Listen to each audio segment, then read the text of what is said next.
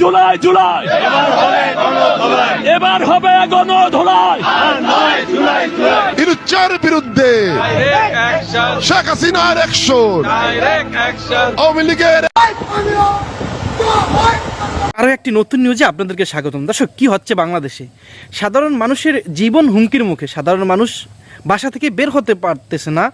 একের পর এক তাণ্ডব বাংলাদেশে চলতেছে। বিশেষ করে এই 13ই নভেম্বরকে ঘিরে বাংলাদেশের ভিতরে যেই অরাজকতা সৃষ্টি হয়েছে, যেই বোমা হামলা, যেই ককটেল হামলা, যেই বাসে আগুন, বিক্ষোভ, এগুলোর কারণে সাধারণ মানুষ ঘর থেকে বের হতে পারতেছে না। সাধারণ মানুষের জীবন আসলেই হুমকির মুখে দাঁড়িয়েছে।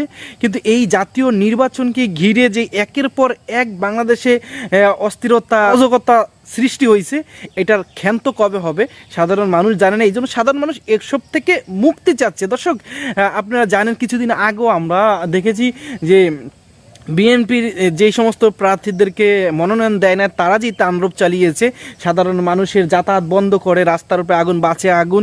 এরপর আপনার এখন বর্তমানে এই 13ই নভেম্বরকে ঘিরে এই স্বৈরাচার সরকার শেখ হাসিনা যে কর্মসূচি দিয়েছে এবং তাদের নেতাকর্মীরা যে কর্মসূচি দিয়েছে, বিশেষ করে ঢাকার শহর অচল করে দেওয়া, লকডাউন করে দেওয়া, এরকম কর্মসূচি দিয়েছে। এই জন্য সাধারণ মানুষের জীবন তো আরও হুমকির মুখে এবং তারা তো ঘর থেকে বের হইতে পারতেছে না, আর তারাও তাণ্ডব চালাচ্ছে একের পর এক। দর্শক, মূল ভিডিওতে চলে যাওয়ার আগে আপনাদেরকে অনুরোধ করবো, আমাদের চ্যানেলে নতুন হয়ে থাকলে সাবস্ক্রাইব করে পাশে থাকা বেল আইকনটিতে অল দিয়ে রাখুন। চলুন দর্শক, আমরা মূল ভিডিওতে চলে যাই।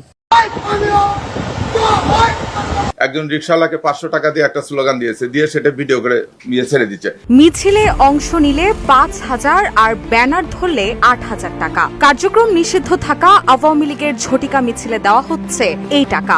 আর এসব ঝটিকা মিছিলের জন্য বিভিন্ন জেলা থেকে কর্মী সমর্থকদের আনা হচ্ছে। গ্রেপ্তার হওয়া অভিযুক্তদের কাছ থেকে পাওয়া তথ্য এবং তদন্তের ভিত্তিতে এসব তথ্য জানায় ডিএমপি।